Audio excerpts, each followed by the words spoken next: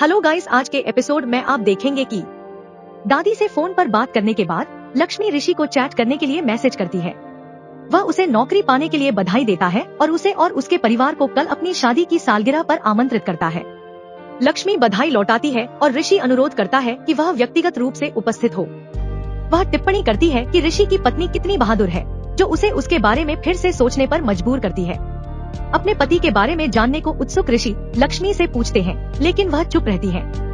जैसे ही वे एक दूसरे को शुभ रात्रि कहते हैं, लक्ष्मी पार्वती के बगल में लेटी हुई ऋषि के बारे में सोचती है।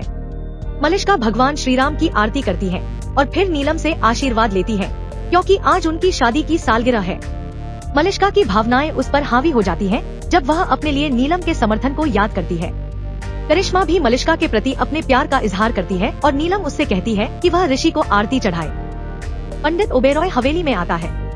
खाना बनाते समय गलती से लक्ष्मी का हाथ जल गया, जिससे पार्वती को डांटना पड़ा और उसकी देखभाल करनी पड़ी। जैसे ही लक्ष्मी ऋषि के बारे में सोचती है, वह पार्वती को गले लगा लेती है और कुछ आंसू बहाती है। तभी शालू प्रवेश करती है और स्थिति के बारे में पूछती है। पार्वती ने उन्हें बताया कि लक्ष्मी ने उनका हाथ जला दिया है। फिर शालू पार्वती को दूर भेज देती है और जवाब के लिए लक्ष्मी के पास जाती है। अनिच्छा से लक्ष्मी बताती है कि वह ऋषि के बारे में नहीं सोचना चाहती।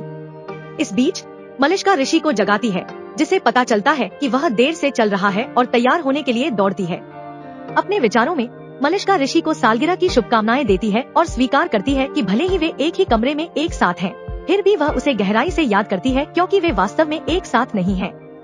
लक्ष्मी शालू से स्वीकार करती है कि चाहे वह कितनी भी कोशिश कर ले, ऋषि उसके दिमाग में रहता है।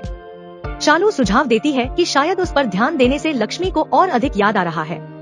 लक्ष्मी इस बात पर जोर देती है कि ऋषि उसके मन में बसा हुआ है और वह उसकी यादों से बच नहीं सकती।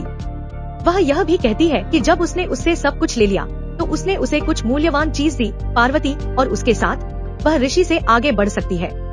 पंडित ने आज ओबेरॉय परिवार में ऋषि के जीवन में एक बड़े बदलाव की भविष्यवाणी की है। शालू ऋषि के बारे में लक्ष्मी से पूछती है, जो पुष्टि करती है कि वह अभी भी उसे याद करती है। तब पार्वती आती है और लक्ष्मी की बीमारी का इलाज करती है और सुझाव देती है कि वे आज रोहन के घर जाएं।